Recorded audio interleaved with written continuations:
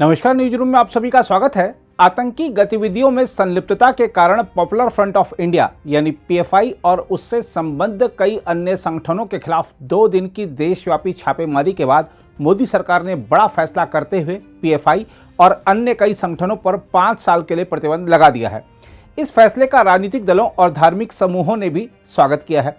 हम आपको बता दें कि पीएफआई की देश विरोधी गतिविधियां बढ़ती जा रही थी, जिसको देखते हुए इस पर प्रतिबंध की मांग लंबे समय से की जा रही थी। पीएफआई जिस तरह साल 2047 तक भारत को इस्लामिक राज्य में परिवर्तित करने के मिशन पर आगे बढ़ रहा था, उसके चलते इस संगठन से जुड़े लोगों ने हाल के दिनों में कई भयावह वारदातों को भी अंजाम दिया था। इसके बाद एनआईए समेत कई सुरक्षा एजेंसियों और राज्यों के पुलिस के एटीएस की ओर से देश भर में पीएफआई से संबद्ध ठिकानों पर छापेमारी की गई और करीब 400 से अधिक लोगों को गिरफ्तार किया गया। साथ ही कई दर्जन संपत्तियों को जब्त किया गया। इसके बाद केंद्र सरकार ने यह बड़ा कदम उठाया है। जहां तक प्रतिबंधित किए गए संगठनों के नामों की बात है, तो आपको बता दें कि आतंकवाद रोधी कानून यूएपीए के तहत पीएफआई के अलावा रिहैब इंडिया फाउंडेशन यानी RIF, campus front of India यानी CAF, all India imam council यानी AIIC, national confederation of human rights organization यानी NCHRO, national women's front, junior front, empower India foundation और rehab foundation Kerala को भी प्रतिबंधित किया गया है। केंद्रीय गृह मंत्रालय की ओर से मंगलवार देर रात जो अधिसूचना जारी की गई है, उसमें कहा गया है कि पीएफआई के कुछ संस्थापक सदस्य students Islamic movement of India यानी सिमी के नेता हैं और पीएफआई के जमात उल मुजाहिदीन बांग्लादेश यानी JMB से भी संबद्ध हैं। हम आपको बता दें कि JMB और सिमी दोनों ही प्रतिबंधित संगठन हैं। इसके अलावा गृह मंत्रालय की अधिसूचना में कहा गया है कि पीएफआई के Islamic state of Iraq and Syria यानी ISIS जैसे आतंकवादी संगठनों के साथ संबंधों के भी कई मामले सामने आए हैं। अधिसूचना में दावा किया गया है कि पीएफआई और उसके सहयोगी देश में असुरक्षा की भावना फैलाने के लिए एक समुदाय में कट्टरपंथ को बढ़ाने के लिए गुप्त रूप से काम कर रहे हैं, जिसकी पुष्टि इस तथ्य से होती है कि पीएफआई के कुछ कार्यकर्ता अंतर्राष्ट्रीय स्तर पर सक्रिय आतंकवादी संगठनों में शामिल हुए हैं। गृह मंत्रालय की अधिसूचना में कहा गया है, उक्त कारणों के चलते केंद्र सरकार का दृढ़ता से यह मानना है कि पीएफआई की गतिविधियों को देखते हुए उसे और उसके सहयोगियों या मोर्चों को तत्काल प्रभाव से गैर कानूनी संगठन घोषित करना जरूरी है। इसलिए उक्त अधिनियम की धारा 3 की उपधारा 3 में दिए गए अधिकार का इस्तेमाल करते हुए इसे गैर कानूनी घोषित किया जाता है। दूसरी ओर पीएफआई और उसके सहयोगी संगठनों पर प्रतिबंध लगाए जाने के फैसले का देश भर में स्वागत हो रहा है।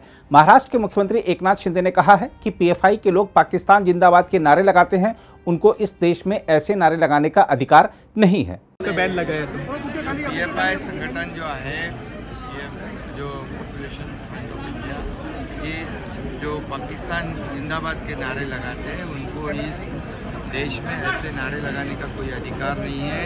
यह गृह विभाग पूरी तरह उनका बंदोबस्त करेगी और केंद्र सरकार ने जो निर्णय लिया है, योग्य निर्णय लिया है। इस देश में देशभक्तों का ये देश है, ये राज्य है, राष्ट्रभक्तों का है। यह देशद्रोही बयान किसी पर कोई कर नहीं सकता है और वो साइन भी नहीं किया जाएगा। इस मुद्दे पर असम के मुख्यमंत्री हिमंत बिस्वा शर्मा ने कहा है कि मैं भारत सरकार द्वारा पीएफआई पर प्रतिबंध लगाने के फैसले का स्वागत करता हूं। उन्होंने कहा कि सरकार यह सुनिश्चित करने के लिए दृढ़ है कि भारत के खिलाफ विभाजनकारी या विघटनकारी डिजाइन से सख्ती से निपटा जाएगा।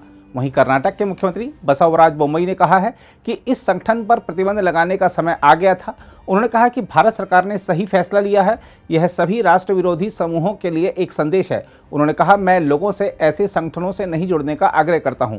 बोम्मई ने कहा कि इस कदम से सभी राष्ट्र विरोधी तत्वों को खास संदेश जाएगा कि इस देश में उनके लिए कोई जगह नहीं है। बोम्मई ने कहा कि राज्य में पीएफआई की गतिविधियों को रोकने के लिए हर संभव प्रयास भी किया जाएगा। बोम्मई ने संवाददाताओं से कहा कि पीएफआई के आका देश के बाहर स्थित हैं और उससे कुछ पदाधिकारी प्रशिक्षण प्राप्त करने के लिए सीमा पार तक जा चुके हैं।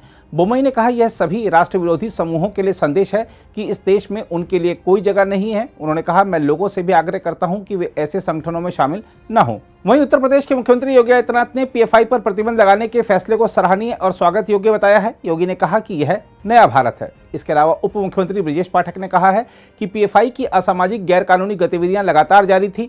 विभिन्न जांच एजेंसियां जांच कर रही थी। जो तथ्य प्रकाश में आए हैं, उन्हें देखते हुए गृह मंत्रालय ने जो निर्णय लिया है, उसकी पूरे देश ने सराहना की है।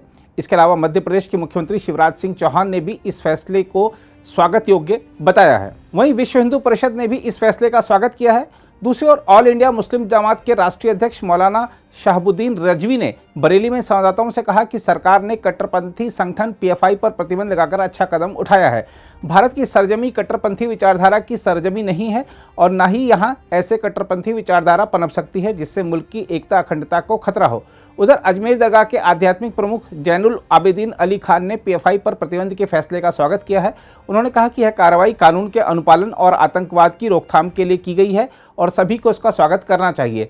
जैनुल आबिदीन अली खान ने कहा, देश सुरक्षित है तो हम सुरक्षित हैं। देश किसी भी संस्था या विचार से बड़ा है और अगर कोई इस देश को तोड़ने, यहाँ की एकता और संप्रभुता को तोड़ने की बात करता है, देश की शांति खराब करने की बात करता है तो उसे इस देश में रहने का अधिकार नहीं है। उन्होंने कहा कि पिछले कई दिनों से लगातार पीएफआई की राष्ट्र विरोधी गतिविधियों की खबरें आ रही हैं और इस पर लगाया गया प्रतिबंध देश हित में है। उन्होंने कहा, मैंने खुद पहली बार सरकार से 2 साल पहले पीएफआई पर प्रतिबंध लगाने की मांग की थी। अगर आप भी लेना चाहते हैं देश दुनिया की तमाम जानकारी तो आज ही सब्सक्राइब करें हमारे चैनल को। साथ ही नीचे दिए बेल आइकन को जरूर दबाएं ताकि हर अपडेट आप तक पहुंच सके।